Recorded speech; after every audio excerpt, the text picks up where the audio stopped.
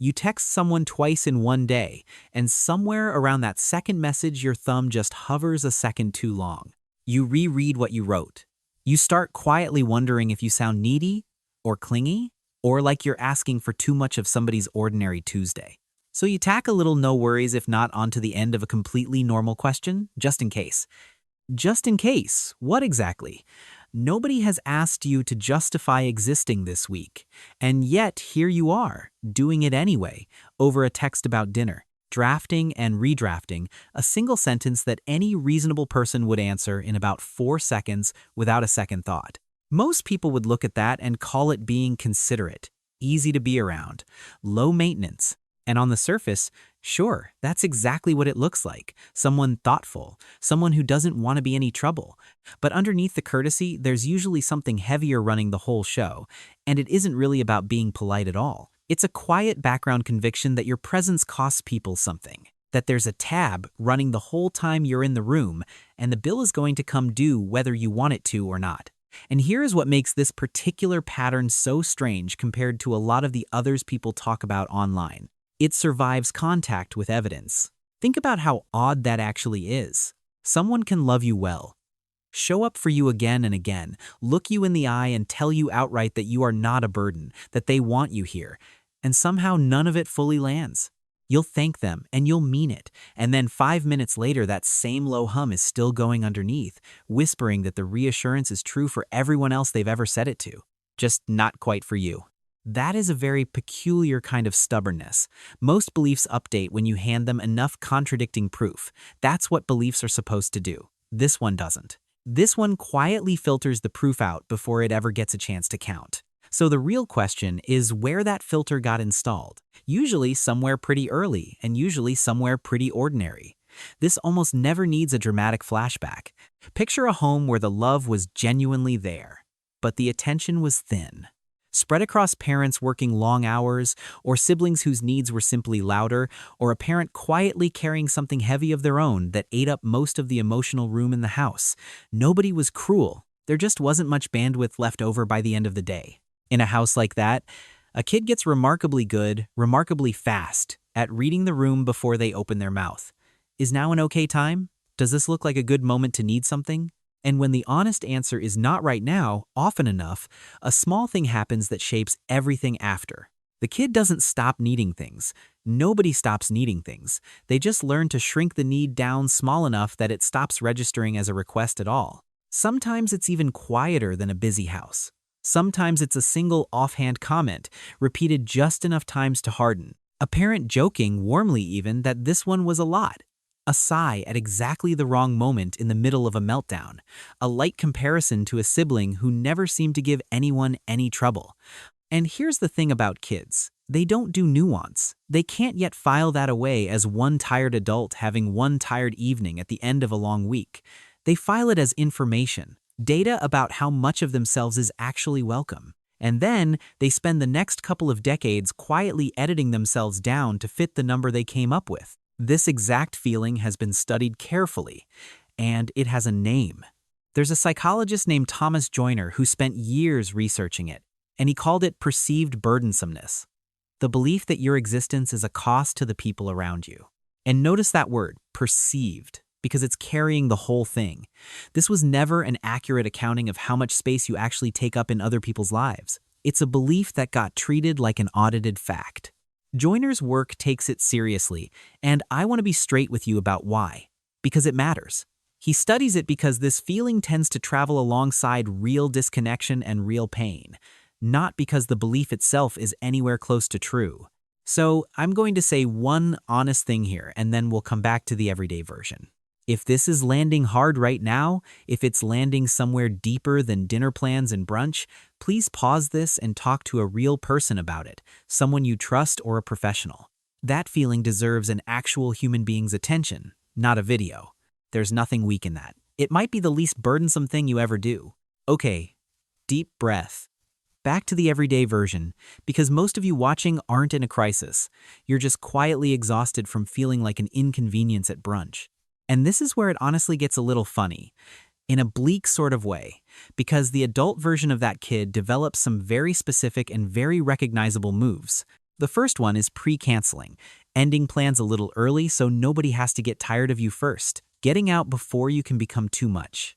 On the theory that leaving on your own terms hurts less than being quietly endured. Then there's turning down help while you are visibly, obviously struggling. Not because you don't need it, you clearly need it, but accepting it would somehow feel like proving the theory correct, like handing someone evidence that you require maintenance. So you wave them off with both arms full, insisting you've got it when you very plainly do not have it. And then there's the small stuff that gives the whole thing away. Apologizing to a waiter for asking what soup the soup actually is. Saying sorry when someone else bumps into you. You know exactly who you are. But there's one move worth naming on its own, because it's sneaky, and once you see it, you'll catch yourself doing it. It's doing something genuinely kind, and then immediately undercutting it, before the other person has even had a chance to respond. I got you a coffee. It's probably not the right one. Don't even worry about it. The gift and the apology arrive in the same breath. Like the kindness isn't allowed to just stand there on its own. Like it needs insurance stapled to it in case it turns out to be unwanted. You get the generous thing out and the escape hatch open at the exact same moment so that if it lands wrong, you are already halfway out the door.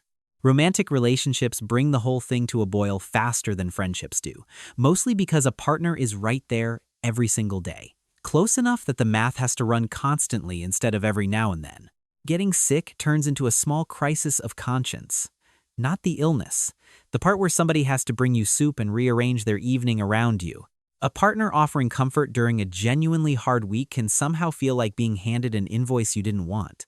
And the cruelest version of it shows up precisely when things are going well, when it's easy, when someone is clearly, visibly happy to be there with you. Instead of relaxing into that, some part of you starts quietly bracing, waiting for the tax to come due. Because ease, in your experience, has never once been free. There's always been a bill. So you wait for it, even here. Especially here. Now, here is a distinction I really want you to hold on to, because it changes everything, and almost nobody makes it. Feeling like a burden is not the same thing as actually being one, and the difference leaves a trail. Someone who is genuinely draining to be around tends to have a certain history behind them, people slowly stepping back, conversations that thin out, invitations that quietly stop arriving. There's a pattern, and the pattern tells the truth. The person who feels like a burden usually has the exact opposite history. People stay. People keep reaching out, keep showing up, keep circling back. People get lovingly, mildly exasperated at being told for the 100th time that they really didn't have to do that. The evidence is pointing one direction the entire time, and the feeling just keeps pointing the other way. Because the feeling got there first, decades earlier, and it never gave up its seat. So here's the part that most advice about this skips right over. Telling someone they're not a burden almost never works. You can say it kindly, say it clearly, say it 100 times. It slides off. And it slides off for a specific reason. The belief wasn't built by logic in the first place, so logic alone can't get in there and take it apart. It was built by a small kid doing quiet arithmetic on how much room was actually available and landing on an answer that then stuck around for decades past the point where it was ever true. What actually starts to move it is smaller and slower and much less dramatic than a pep talk. It's letting someone help you carry one box. It's saying actually, yeah, that would help, out loud. And then staying in the room long enough to watch them not resent it, long enough to watch them not leave. It almost never happens in one big cinematic moment of realization. That's not how this unwinds. It happens in dozens of small, forgettable, boring moments where the thing you predicted simply doesn't show up. You brace for the sigh, and there's no sigh. You wait for the irritation, and it doesn't come.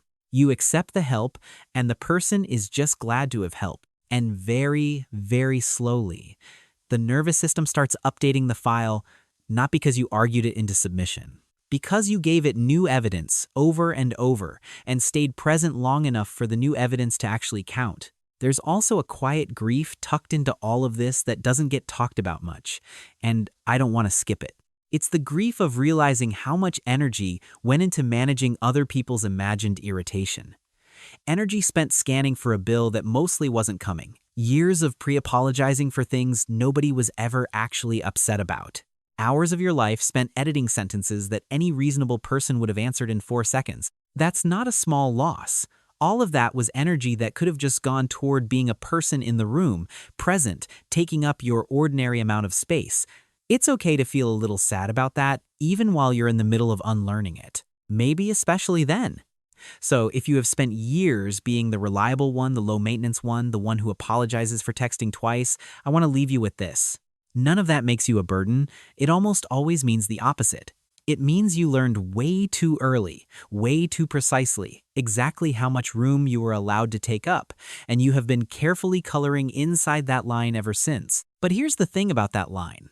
It was drawn a long time ago, for a house you don't live in anymore. The room got bigger years ago. It got a lot bigger. Somebody just forgot to tell you that you're allowed to use it now. If any of this landed a little too close, tell me in the comments which part it was. Was it the no worries if not? The pre-canceling? The gift with the apology stapled to it? Or the bracing when things are actually going well? And if there's someone in your life who is always the easy one, the one who never asks for anything, the one who says sorry when you bump into them, maybe let them take up a little room this week without making them earn it first. You might be the evidence their nervous system has been waiting decades to get.